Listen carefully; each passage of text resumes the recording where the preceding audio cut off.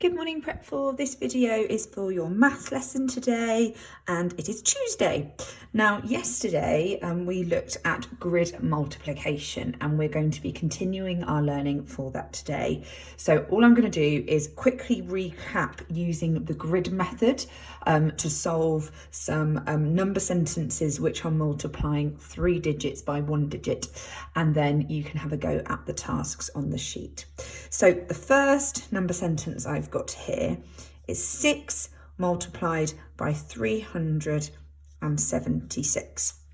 So can you remember how we can set this out in a grid using the grid method to help us? Because I don't think many of us know the 376 times table.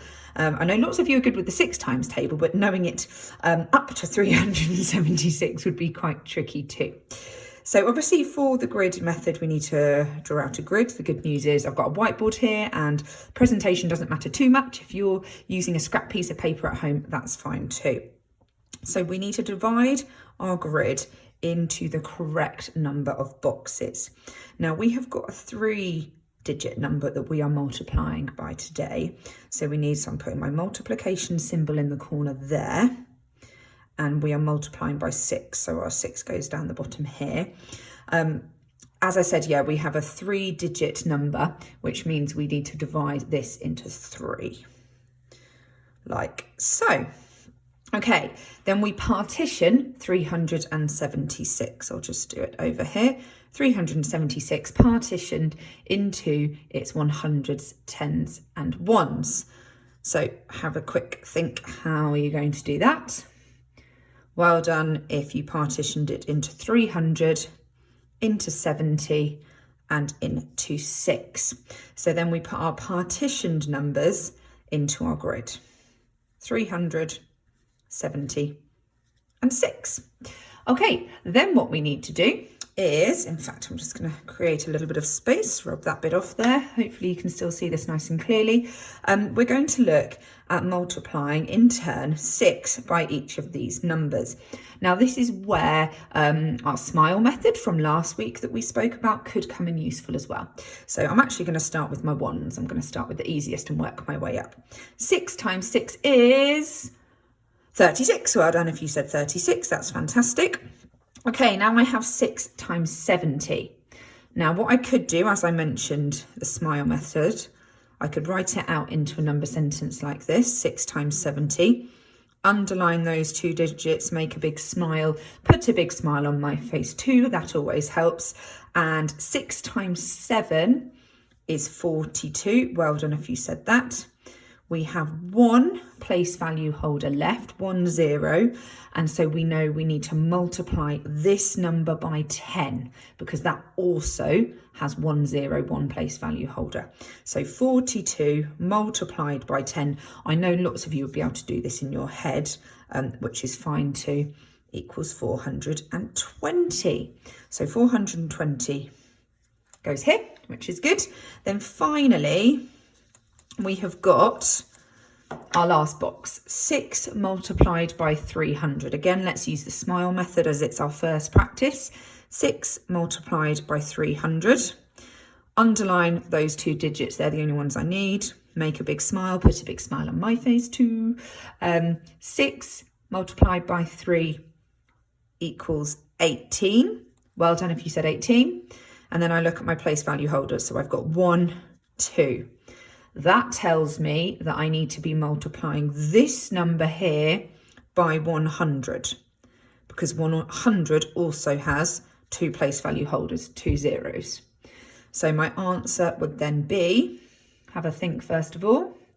Well done if you said 1,800. Good job. Now I've got to try and squeeze that into my grid here. So I've got all my individual answers, but I still need my main answer to the original number sentence, 6 multiplied by 376. So what do you think I have to do with these? Well done if you said add them all together. That's really good. So in order to add these together correctly, I need to make sure that the place values are lined up perfectly so that I know my additions are going to be correct. So I'm going to start with 1,800 and I've got 420. So I'm going to go back to my ones first of all to make sure that those numbers are all lined up in their correct place value columns, and then 36 here. Add those together. If you wanted to, you could pause this video now and have a go at solving this one, then play when you're ready, just to check, as it's another extra practice, isn't it? Okay, so I'm going to go through the answer. 0 add 0 add 6 is 6. 0 add 2 add 3 is 5. 8 add 4 is 12. We don't fit the 12 in here, but we put the 2 in here and we carry the 1 over, or we carry the thousands over, as it is in this case. You can either put your carried over 1,000 here or up here, wherever you feel most comfortable. I always do it at the bottom. And then we add our thousands together. So 1 add 1, across that one out so I know I've used it as 2. So my answer to 6 multiplied by 376 is 2,256. Now, I appreciate there's quite a lot of steps here just to solve this number sentence, but it's quite a tricky one. It's quite a hard one. So you need to make sure through each step you are doing, you're doing it correctly. Like I did mention, you might feel confident in doing some of these mentally, which is absolutely fine. You might not feel confident. You might want to do all of the steps, write them out and check your answers. Okay, I'm just going to rub this off and I'm going to give you a couple to have a go at as a practice. And then you can have a go at either the mild or the hot sheets, or both if you would like to. So the two that I would like you to have a go at are 319 multiplied by 5 and 3 multiplied by 482.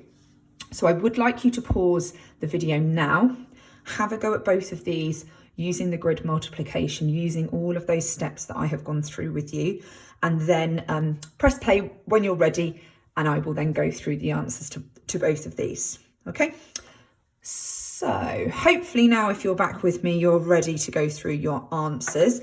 Let's have a go. I'm just going to write these up here again. So we've got 319 multiplied by 5 and 3 multiplied by 482.